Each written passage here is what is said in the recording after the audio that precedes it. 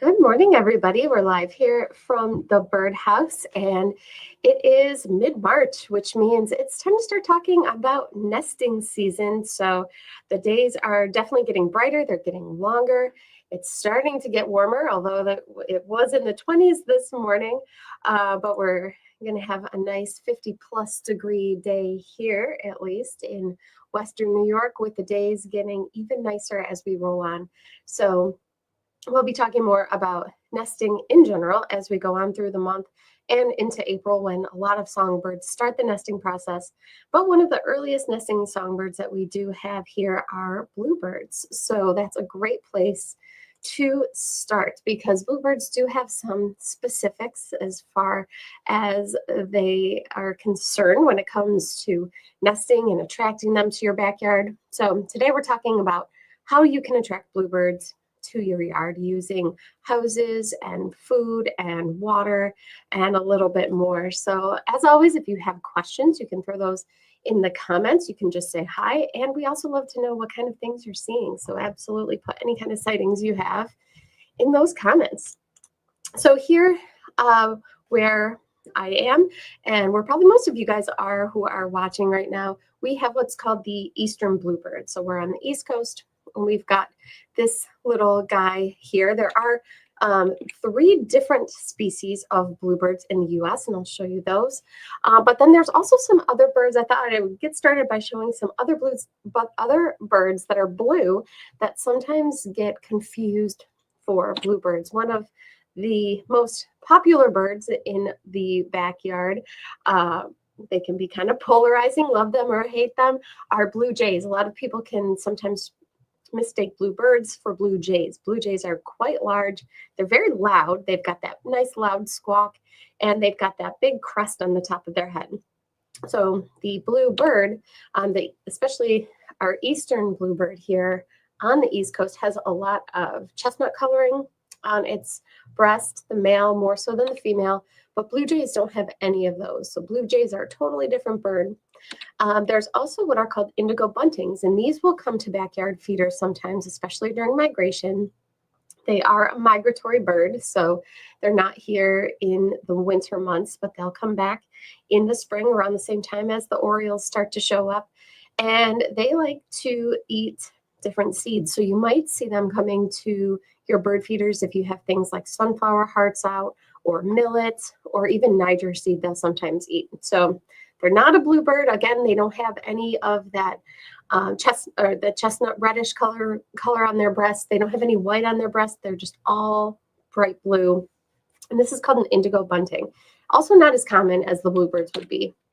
There are tree swallows, which you might see if you are putting out bluebird houses and you're able to attract some bluebirds to nice open areas. You might also find you're getting tree swallows, and I'll show you a bit about them and their nesting behavior as well.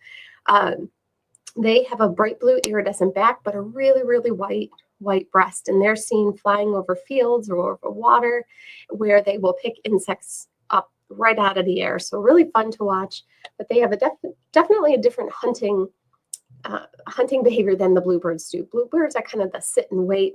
They'll just sit up high on a perch and look for bugs and kind of dive down on them, whereas the tree swallows will fly through the fields all day long looking for insects. Same as the barn swallows. So if you've got any large structures around, like a nice large gazebo, you might find that you're getting barn swallows coming to nest. They have a totally different nest than the bluebirds do.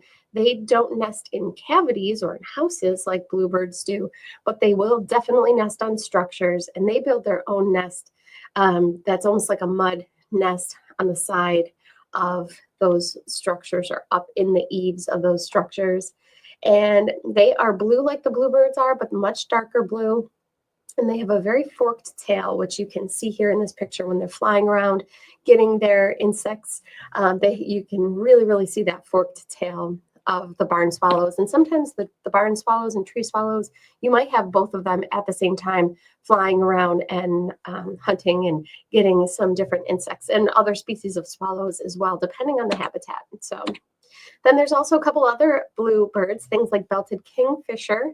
Now, belted kingfisher, you'll find them around water. So probably not in the same exact habitat as your bluebirds, but if you're by any kind of water or a pond, you might also be getting bluebirds and belted kingfisher at the same time. But belted kingfisher look quite a bit different than the bluebirds are, but they can be blue in color. So if you just kind of get a quick glimpse of them, it could be mistaken sometimes for a bluebird, but bluebirds are more of a bright blue. And this is the belted kingfisher is more of a slate blue, I would say. They've got a nice big bill, and they are always on the hunt for fish and things like tadpoles. And if you're lucky enough, this would be a pretty rare bird to see, especially in your backyard. But again, you never know. A cerulean warbler. So we do have cerulean warbler that come through here during migration. This is another migratory bird. So they'll start rolling in usually around May with the big push of migrants that come through. Montezuma Wildlife Refuge has a pretty good population of cerulean warbler in the summer, but they've been seen in the Cobbs Hill Park and Washington Grove. So you never know, you might come across a cerulean warbler, but they are quite different than the bluebirds, and they have different characteristics than the bluebirds also. So those are some other blue-colored birds that we do have here in the area. And depending on where you live, you might have some others too. There's things like blue grosbeak. I'll show you the different types of blue birds that are out there, the technical bluebirds as well. But this is the kind of habitat that bluebirds like. So it can be a little bit difficult sometimes for people to attract them if you don't have some open space. So they do like wide open spaces. If there's perches around, that's great. Things like fence posts, things like trees and small shrubs scattered around the field. That's good because they do like to perch and kind of look around their habitat to look for things to eat. So if you don't have an open area or a wide open area, it can be tough to get the bluebirds because they do have that specific habitat requirement. But that being said, more people are starting to see them in their backyards than ever before. So we get reports every year from people who have never seen a bluebird in their life sometimes, and they're starting to get them coming to their backyard. So not completely surprising. Their populations were in big declines in the early to mid 20th century with the introduction of things like the European starlings and house sparrows that are also cavity nesters. There was a lot of nest site competition. Bluebirds were experiencing and still are experiencing habitat loss. There was widespread use of pesticides. All of that led to a big population decline. But at least in the instance of the eastern bluebird, their populations are quite healthy now. They have rebounded really well. And although there are still things like nest site competition, which we'll talk about a little bit, there's been a lot of conservation efforts put in to helping the bluebird population. And you can do that yourself by just doing something like adding a bluebird box. So this is the eastern bluebird range. So they will be throughout most of the eastern US in scattered places. Wide open fields, like I said, are a fabulous place to look for them. Even if you're out taking a drive, if you are passing farm fields, look up at the telephone wires or the power lines. You can see them sitting on the power lines a lot of the times too. So they're pretty widespread along the eastern part of the United States. And then there's two other species of bluebirds. There is the western bluebird. If you are out west, and this is their range, again, some pockets out in the west. And then there's also the very beautiful mountain bluebird. And the mountain bluebird is also more of a West Coast bird. So there are the three different species. If you are trying to attract Western bluebirds as opposed to Eastern bluebirds, a lot of these things I'm going to tell you are very similar. The big difference is going to be the Western bluebird has an entrance hole for its house that's just a little bit bigger than that of the Eastern bluebird. Everything else is about the same. So you can still use these tips for your bluebird, for attracting bluebirds to your yard, even if you're out on the West Coast. So there are some different things you can do to help attract them to your backyard. Same kind of things we talk about a lot when we're talking about attracting different birds, wildlife to the yard. Give them food, water, shelter, a place to raise young, and you will be all set. So their habitat can be the hard part for most people if they don't have that right habitat. You might never get a bluebird, but here are some simple things you can do in your yard to just see if they're out there. First of all, bluebirds love bird baths. Even in the winter months, we hear this a lot, that if people have been putting out heated bird baths, they've been getting bluebirds coming to them. So adding some kind of a water feature, if you don't have it already, putting out a bird bath is great. Thankfully, we're getting away from needing the heated bird baths. But in the wintertime, they do come to them. Some bluebirds, at least where we are, migrate south for the winter, but some do stay all year round. So putting out a heated bird bath is great, not just for bluebirds too, but for other birds in the winter months. It's hard for them to find shallow, unfrozen bodies of water that they can drink and bathe in. So heated bird baths are great in the winter. But as we get into the spring and summer months, you can add any kind of bird bath, any kind of water feature is great for them. And moving water is always good. We have these solar fountain inserts that you can put inside bird baths. There's a solar panel on the top, and when the sun hits it, it will power a pump, which makes that the fountain go. And moving water does attract more birds. Birds are attracted to the sight and the sound of moving water.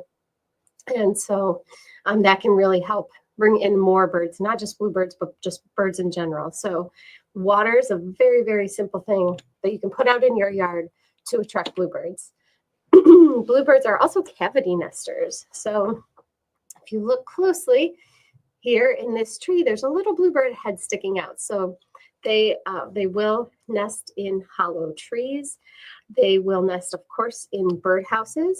They're known to nest in tree stumps or fence posts. They don't mind being more exposed to the elements. They don't mind the sun hitting them. They don't mind rain hitting them in their nesting cavities. So even if it is a stump that's pretty exposed, they're still known to nest in there.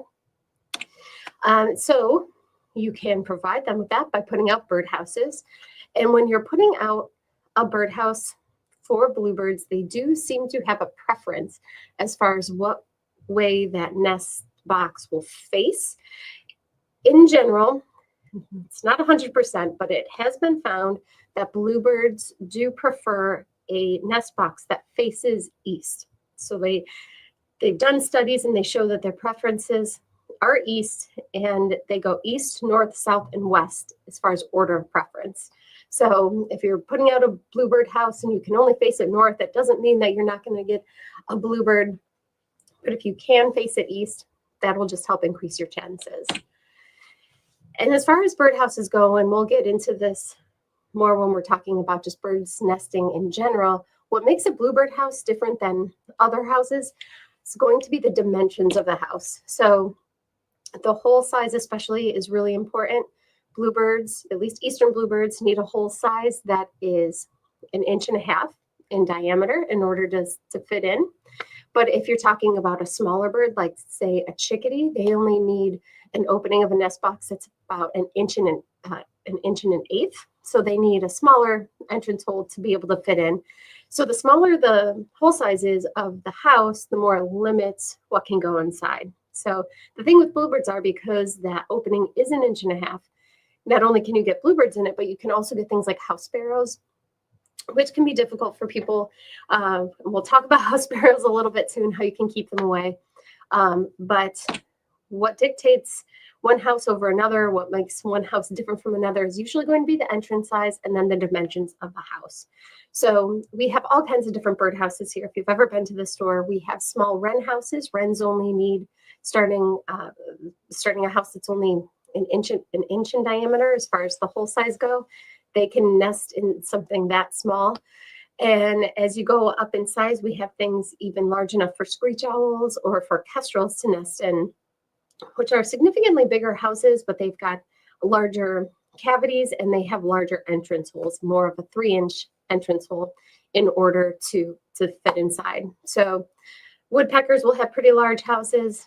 Bluebirds have probably kind of like your standard, if you're imagining in your head just a birdhouse in general, pretty standard size birdhouse. That's the size that bluebirds will nest in. But we have a ton here at the store, and we have them on our website too if you're looking to shop for some bluebird houses.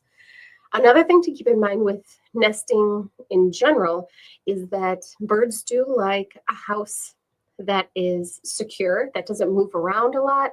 So putting the nest box on a pole or something that is a structure that doesn't move is really key. Poles are great because it can help keep predators from climbing up. So we have what are called bluebird poles, which are super, super easy to install. This is what I have most of my houses on. They come in two parts, and you put the leg in the ground. It's just like a shepherd's hook. You can just stick it in the ground. And then there's holes up at the top, and it comes with screws, and you just put the screws through the pole into the back of the house. And then you put the top piece, you put that piece on the base. It's so, so easy. It's so easy to move if you want to. So I love these. They're just called bluebird poles. Super, super easy to install your birdhouses. Really doesn't take much time at all, which is awesome. Another thing to keep in mind are sometimes predators do raid nest boxes. So you might want to put on what's called a baffle on those nest box poles to keep things like squirrels or raccoons from climbing up and going inside and pulling out the eggs or the nestlings. They are known to do that here and there. So if you do have that issue, absolutely put a baffle on that pole to keep the predators out. Another way predators can get inside if they can access that birdhouse is by chewing around the entrance hole. Sometimes they'll do this to go inside to use it themselves, like squirrels will do this in the wintertime. They'll roost in larger nest boxes. Woodpeckers are known to do this to make that hole big enough for them to fit inside. So if you're having this issue with your nest boxes getting destroyed, or at least that entrance hole getting destroyed, you can put little plates over the top of that entrance hole to keep things from being able to chew through it or peck through it to make the hole bigger. This is especially important if you have, say, a chickadee box and you want to keep it a chickadee box. You don't want to have birds make the hole big enough where you can get sparrows fitting inside of it or woodpeckers fitting inside of it. You can absolutely add these plates of different sizes to the opening of the house, and that will keep the entrance hole the perfect size that you'd like. So we have these in different sizes. There's bluebird house sizes, there's chickadee sizes, nuthatch, wren sizes, so you can kind of customize your bird houses that way too. And then this is showing a raccoon who is raiding a bird house here. There are some different ways besides the baffles to keep those predators out. Putting these what are called bird guardians on the outside of the nesting cavity can help as well. These are little tunnels that get screwed onto the outside of the box. And what happens is if you've got a raccoon or a squirrel that's trying to reach inside that box and get to the eggs or get to the nestlings, this just makes it so they can't reach inside and down into the house. So this can also help keep out some of those predators. And there's a couple different versions of those. So between the baffles and these tunnels, you can keep out some of those mammal predators. It's always very important too when you're selecting any kind of birdhouse to make sure you get one that is easy to clean. And at the end, I'll show you my favorites that I have found are super, super easy to clean. I've been using a whole bunch of different ones. I've been testing them all out. And I do have some of my favorites that I'm kind of biased on. But you also want to make sure that it's easy to clean out because you never know what's going to be inside.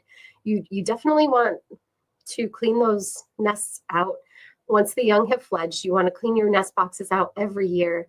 You can do it as soon as the babies leave the house. So if you're able to time it correctly, once the babies leave, you can go in there and take that nest out. It can be hard to time it because bluebirds can have 2 or 3 broods a year. So sometimes they'll just start real quick again after the first brood has left. But at least once a year, you want to clean out those houses.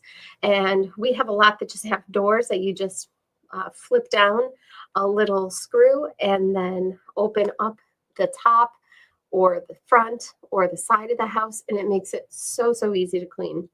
And usually we talk about cleaning out just the old nest and the old debris, but you might find other things in there too. Here's a wasp nest I found in one of mine a couple of years ago. I just finished cleaning out a lot of my nest boxes a couple of weeks ago. I found one had a few dead birds in it from the season before that they just didn't make it.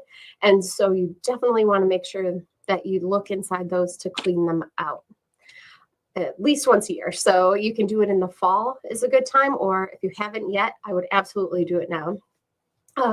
This is what a bluebird nest looks like. They use a lot of long, thin grasses in their nest building. It's a very neat and tidy nest. Not all birds have a very neat and tidy nest. They have blue eggs. They're in the thrush family like robins, so their eggs kind of look like robin eggs. And here's some more examples of some bluebird nests. These are some from my nest boxes, and you can tell they're not a huge nest. The one on the left, actually, that nest box has some wooden blocks in it, which make the nesting cavity shallower. So that's why it looks a little larger than the other. But just kind of a simple grass nest is what they will build inside these houses. And they will have 1 to 3 broods a year, or 1 to 3 rounds, if you will, of babies a year. Each brood can be anywhere between 2 and 7 eggs. And the more mature the female is, usually the older the female is, she tends to have more eggs per brood. So that's a generalization, but that's pretty true. She will sit on those eggs for anywhere between 11 and 19 days. So that's the incubation period. And then those eggs hatch. And then it's only about 17 to 21 days, so about 3 weeks or less, until those nestlings are out and into the world. And when those eggs hatch, they're completely helpless. So they are blind. They hardly have any feathers on them. And in less than 3 weeks or less, they will become full birds that can fly and be out in the world. So it doesn't take all that long for them to go from egg to out in the world, which is pretty amazing. And this is what a nestling looks like. So this is an immature bluebird on the left, and there's the male with a delicious mealworm feeding the baby. And both male and female will feed the nestlings. The males will tend to feed more during the time where the female's laying on the eggs. He'll come and feed her. And once the eggs have hatched in those really early days, both male and female will feed the nestlings, and even when they're out into the world. And what's really cool is with the multiple broods that these birds are having, the nestlings from the first brood and second brood, they will sometimes stick around and make a family group and help raise the nestlings and the fledglings of the next broods to come. So it's a whole family dynamic that will happen here with the bluebirds, and they tend to stick together all that winter too, and then kind of disperse in the spring. So those nestlings will stick around with the parents for a while. They'll help raise their little brothers and sisters, if you will, and then they kind of disperse as it gets closer to mating season right about now. So there are lots of different types of birdhouses out there. There are our best-selling one, and the one I've had the most luck with personally with attracting bluebirds, is this one right here. This is a sparrow-resistant bluebird house, and there's different types out on the market, but this one, there's something about it that the bluebirds just really seem to like in the field that I put out birdhouses, and they love this one. I don't have a lot of issues with sparrows, but I have a ton of tree swallows, and I get bluebirds when I put out these houses with this rectangular entrance. The bluebirds just go into them like crazy, and the tree swallows seem to like the houses with the circular entrance. What makes these sparrow resistant are a couple of things. The first being the entrance is rectangular, and bluebirds don't mind a rectangular entrance to their birdhouse. And it also has a shallower nesting cavity than most birdhouses, and inside it does have a little block of wood that you can put inside to make that nesting cavity even more shallow.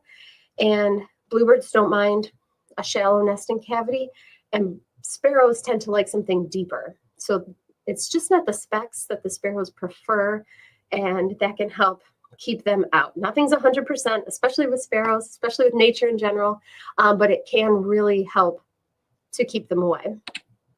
This is what the house sparrow looks like, and they get a bad reputation for their antics with bluebirds. They are cavity nesters, so they do compete for cavities with the bluebird.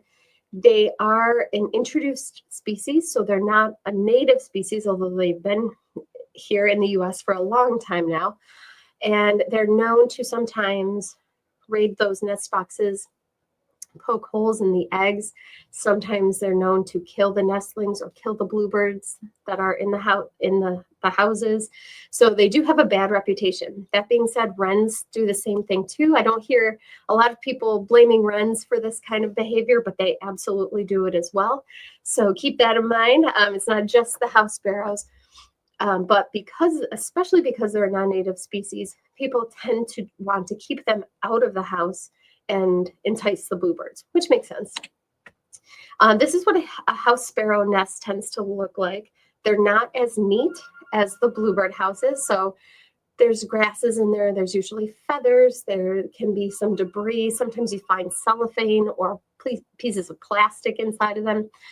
Sometimes they'll build nests on top of each other. Like this is 2 nests built on top of each other. So if you open up your nest box and it's really messy inside, it could very well be a house sparrow nest. There are different things you can do to keep the house sparrows out. If they are coming to your nest box, you can put up what's called a sparrow scarer or sparrow spooker. And what those are these shiny reflective pieces of mylar that will hang above the birdhouse, and they can look very different from one another. A lot of the times people have to DIY them, but we do carry one now that you can install easily on the top of your birdhouse. And the idea with these are that birds don't like shiny, reflective things. So if you are having birds nesting in a place you don't want them, you might see these around wineries, around vineyards. There's all these shiny, reflective things around. It's to scare the birds away. And how these work are, once you have the bluebirds in the nest box, so they have to be there already. And once they've laid an egg, they tend not to abandon the nest. So you install these after the bluebird has laid its egg, and it'll help scare other things away from the nest box. So the bluebird will still keep coming, but if a sparrow comes by and is kind of interested, it might see this reflective tape and it'll scare it away. So we do have these now. They're available on our website. They're called sparrow scarers, and you can absolutely use those to scare the sparrows away. So like I said, just with the sparrow resistant birdhouse, it's not 100%, nothing's 100%, but it can really help, and we've had good feedback about those. So that is one way to keep sparrows out. And then here's the last one. This is another style of birdhouse. And like I mentioned earlier, bluebirds don't mind being more exposed to the elements. They'll nest in tree stumps, so they don't mind the sun shining on them. They don't mind getting rained on here and there. This is a birdhouse that has a top that lifts off, and underneath there is a nice grate, so nothing can really fall inside and hurt the bird or hurt the nestlings, but it exposes that nesting cavity to some more of the elements. It exposes them to the sun and to the rain, and sparrows prefer an enclosed nesting cavity that doesn't have that. So this is another way to help encourage bluebirds, but keep those sparrows out of the nest box. So we have both of these houses in stock, and actually now we also have one that has both of these features, that has that rectangular entrance, shallow nesting cavity, and open top. So if you feel like you've tried it all, we have those and the sparrow scarers to help keep the sparrows out. So we're trying our best. And with some combination of those, you might have some better luck with attracting bluebirds and not sparrows. Another thing you can do to help alleviate nest site competition with sparrows, or even with other things like tree swallows or wrens, is mount your houses in pairs. And mounting houses in pairs will just give more spots for birds to nest, so there's just not as much competition. Bluebirds tend to defend a territory of 1 to 2 acres during breeding season. And so putting more nesting sites, more nesting cavities close by can help alleviate some of this nest site competition where you might get bluebirds in one house, tree swallows in another, or bluebirds in one house, wrens in another. So it just gives them more options, places to nest, so they're not fighting with one another so much. It's like giving kids separate rooms, so they're just not on top of each other and driving each other crazy. You want to install, when you do nest, put these nest boxes in pairs. Sometimes people put them back to back, so they're super close, but you don't want to put them any further apart than about 15 to 20 feet. So you want to make sure they're within 15 to 20 feet of each other, but not further, because then it doesn't really help alleviate the nest site competition. And when you're putting out birdhouses, these are some other cavity nesters you might also get. So you saw this bird earlier in the presentation. This is a tree swallow. Tree swallows do like the same type of habitat as bluebirds, so wide open spaces. I get a ton of tree swallows in my nest boxes, more so than I do get bluebirds, but they're really cool and fun to watch. And they're gorgeous in the sun. The way the sun hits them, they're so iridescent. But this is what their nest looks like. So they use some grasses, and they also use a lot of their own feathers in the nest building process. So if you open up your nest box and it's filled with a lot of feathers, most likely you've got yourself some tree swallows nesting there. Oh yeah, here's a couple of my nest boxes. They've got some grasses in there and then some feathers. These were both used by tree swallows. And I should mention here that you can see it can get kind of gross and dirty inside the birdhouses. We do have bird feeder and birdhouse cleaner that you can use to help with some of it, to help clean some of this. We've got sprays, we've got wipes, and I find that that's the easiest way to clean some of these, especially with the wipes.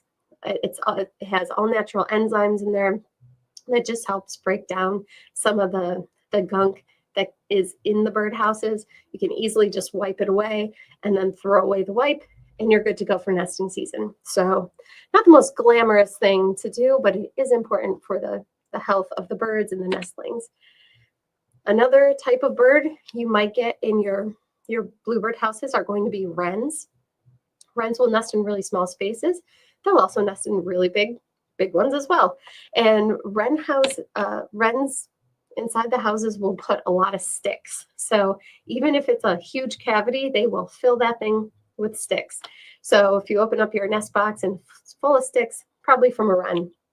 And they've got some interesting nesting habits as well that we'll talk about when we get more into just birds in general and birds and nesting in general.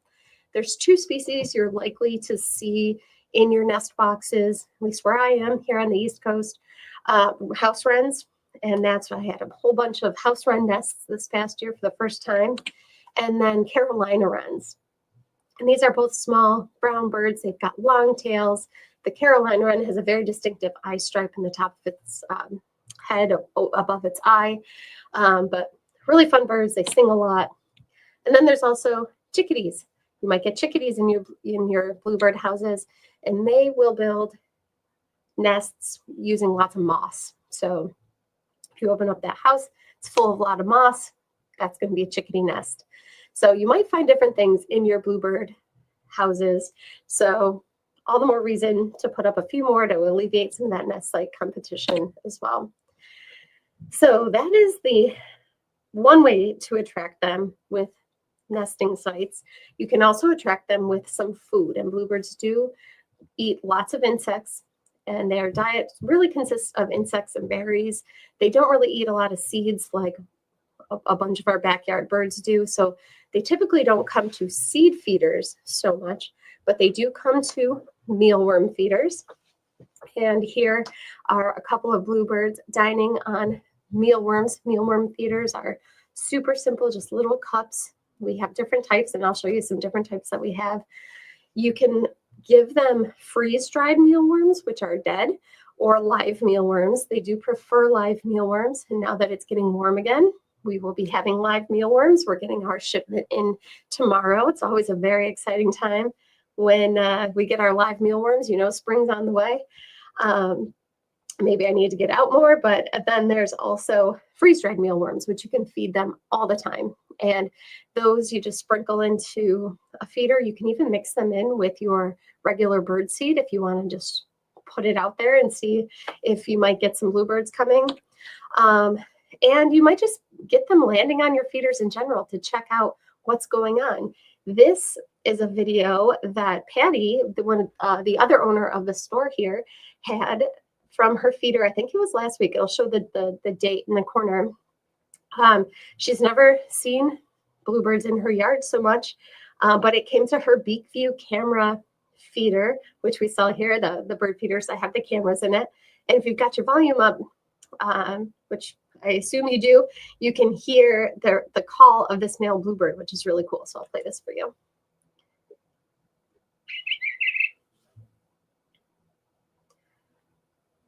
So sometimes birds, it seems like if you've got a lot of bird activity in your yard, it just on its own attracts other birds. So if I don't have my feeders full all the time, don't really have that much. I might have a couple here and there, but once I fill my feeders and I've got a whole bunch of sparrows there and a mix of other birds, then is really when I start to see a whole mix of different birds start to show up. So it seems like the bird activity in general brings more birds in.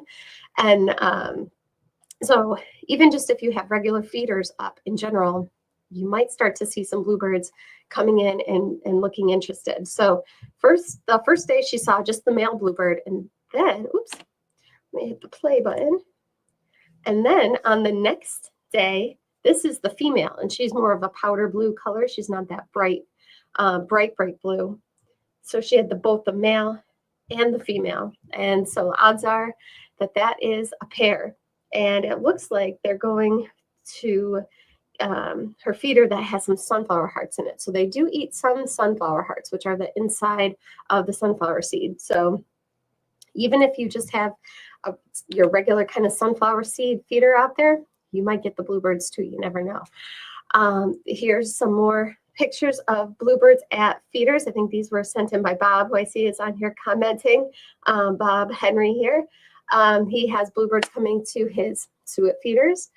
So here's some just kind of basic suet cake feeders. And then these are suet log feeders that you put log-shaped suet inside of.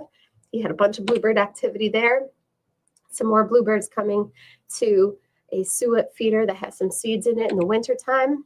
And then they love this. This is Ed's picture, who's also on, it looks like, commenting of the bluebirds coming to the bugs, nuts, and fruit logs. So these log feeders and these seed logs are great for bluebirds too. If you're trying to just kind of throw it out there and see if you have them, I would absolutely try this bugs, nuts, and fruit log. We do have one that is treated with hot pepper called Flaming Hot Feast.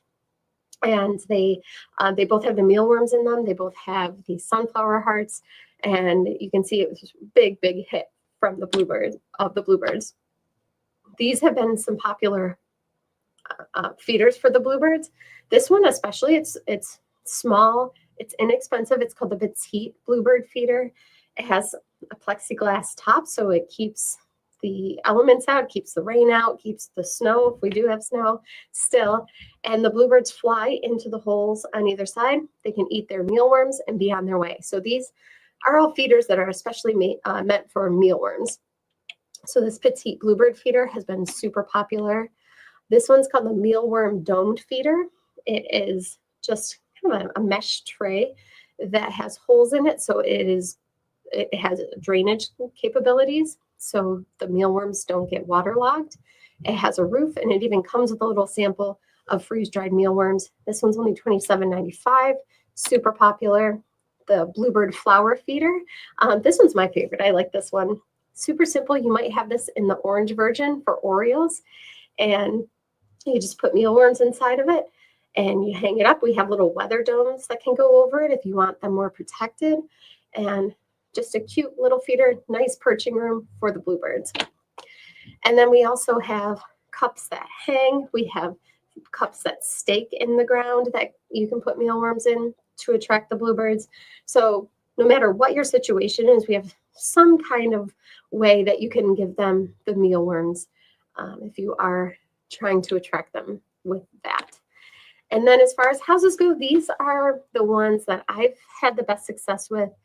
And I find that they're really easy to open. So I've tried some different ones that are, they kind of, I don't know, they're not impossible to open, but you might need tools, or they just take a few extra steps to open. And if you've got a bunch that need to be cleaned, it can be kind of cumbersome. So these are my favorites. I talked a lot about the one on the left. That is the sparrow-resistant bluebird house. Not only does it keep the sparrows out from me, but there's something about it that the bluebirds absolutely love. I don't know if it's the opening or the cavity size or what, but that is what I'm going to be adding more of this year in my bluebird meadow. So really excited about that. And then also the recycled plastic ones I found are really great too. They don't have that same opening, at least this one doesn't, but they're so easy to clean out. Sometimes the wood over time will warp and it can get a little bit harder to open and close the sides or the front to clean them. But not with these recycled plastic every year. Super simple to open and close. So those are really good too. And then we also have some what are called observation houses, and they have plexiglass inside of them. So you can open up the side and there's a plexiglass barrier there. So you're not affecting the birds at all where you're, shuffling their nest around or anything like that. It's totally contained, but you can peek inside and you can look at the nests. You can see if a nest has been built. You can see how many eggs. You can see the nestlings. So we have one that's called the Observation Bluebird House that just opens up on one side, has the plexiglass, and then to clean it, you have to unscrew. There's a little screw on the bottom of the plexiglass. You just have to unscrew that each year to take the nest out. But then we also have this one on the left here that has an observation side on one side, and then the other side opens up completely to clear out the nest. So that's my favorite of the two. So that's what I'll be replacing my just single open side house with a double opening. So that is the two-sided bluebird house. Really, really cool, really fun. The plexiglass does get kind of gross, I will tell you that. So you do have to kind of wipe it down once a year because it can get kind of cloudy with all the different debris and things going in and out of the house. But those are my favorite bluebird houses. And I'm sure if you guys have your favorites, absolutely put them in the comments. Looks like we've got a lot of comments, so that's really good. And if you have comments, put them in the comment box. Questions, let us know if you've got bluebirds nesting, if you've got any bluebird activity or other bird activity. Love to know that. When I was cleaning my boxes out a couple of weeks ago, there wasn't any nesting activity happening yet with the bluebirds, but there were some perched on top of the boxes, kind of calling dibs. So it's an exciting time of the year. Let's see. Oscar's on, says, hello, the bluebird I saw was plump and grabbing food to go. Yeah, they are kind of a plump little bird. They've got that thrush body type. And, Oscar says, I also have goldfinches getting quite yellow already. Yes, one of our staff members saw a goldfinch over the weekend that had one bright gold feather, she said. So it's happening. All of the signs of spring are showing up.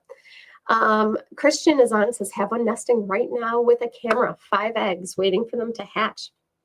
Awesome. Yeah, bluebirds are some of our earliest nesting songbirds. So depending on where you are, you might already have them starting to nest in your area. Christian says about his house faces west, but it faces a huge field. He also says, had a snake once come in after I cleaned it out. I was shocked. Yeah, so depending on where you are, that's another predator that you might get trying to come to the houses. Are snakes, especially black rat snakes, are known to climb very, very well, especially if you're further down south. They're more common. We do have them here, but just not as much as down a little bit further south in Carolinas and south of that. There are snake baffles you can put up. Regular baffles can help keep them out, but there are what are called snake baffles. And the snake baffles, they kind of look like regular baffles. Let's see if I can get back to the baffle picture really quick to kind of describe what they look like. So the picture on the left here that has the just kind of typical squirrel baffle or raccoon baffle, it's all enclosed, so it's all metal. But the snake baffles usually have holes in the top, and they have some kind of like a grid that lets light shine in, because apparently the snake will climb towards the light, but if it's enclosed like this, they sometimes will climb around it to get up and around into the house. So snake baffles have some kind of holes in the baffle that make light shine through, and apparently that helps keep them out. So there are snake baffles are an item, and we can get them. We've had them before, especially for purple martin houses that are on really tall poles and have multiple chicks inside. We've had the snake baffles before, but they're very tall, so they're quite large. But yes, we can get them. So might be something to look into. Ed, who's had some of his pictures here in this slideshow, says Bluebirds usually only visit our feeders and bird bath in the coldest, snowiest parts of the winter. But this year, much to our joy, they're still stopping by for a snack and a bath. All right. The weather's been kind of like back and forth too. Maybe they're confused and think it still is winter. But maybe they'll nest this year. That would be great. Christian says, yikes, that raccoon. Yes, the picture of the raccoon raiding the nest box. It does happen. Oscar has asked what kind of snake, Christian, and Christian said, not sure, a hungry snake, I guess. He entered the night after I cleaned it out. So depending on how big that snake was, my best guess would be black rat snake, but other snakes will eat eggs also. So Bob is on and says, oh, that reminds me, I need another scarer. I put up a new box. Yes, the nice thing about the sparrow scarers or sparrow spookers, let's see, they might have been earlier in the presentation. You can put them up after the fact. So you don't have to put them up right away. In fact, you don't want to put them up right away until you have bluebirds nesting and bluebirds laying their eggs. So you can always add them as an accessory after the fact, after you get your whole Bluebird system set up. And we do have all the hardware that you need. We have all the houses. We do have all the accessories. We've got the Nest Guardians. We've got the Sparrow Scarers. We've got the little plates you can put over the entrance holes. So we have it all. And you can, of course, always shop here at the store, or you can visit us online on thebirdhouseny.com to buy any of that kind of stuff online as well. So it looks like that's everybody's comments and questions for today. Thank you guys for tuning in. And let's see, we've got a couple more comments actually. Christine saying, thank you. Can't wait to upgrade food and shelter for my bluebirds. Glad I found your channel and website. Yeah, thank you guys for tuning in, and feel free to share this video with all your friends and family and all the other bluebird enthusiasts you might know. And we appreciate your support. And this is a very fun time of the year. It just gets better from here. So we start with the bluebirds, we go into nesting season, and then it's hummingbirds and orioles. So it's a really fun time of the year. We've got lots of events coming up, both in the store, and we've got bird walks. We've got all kinds of fun stuff. So not only can you buy things on our website, but you can see all of our events. Some are in store and in person, some are online. So there's a mix for everybody. No matter where you are, you can participate. So thank you guys so much for tuning in. We'll be back on Saturday with another broadcast. And until then, have a great day and good luck with your bluebirds. Bye-bye.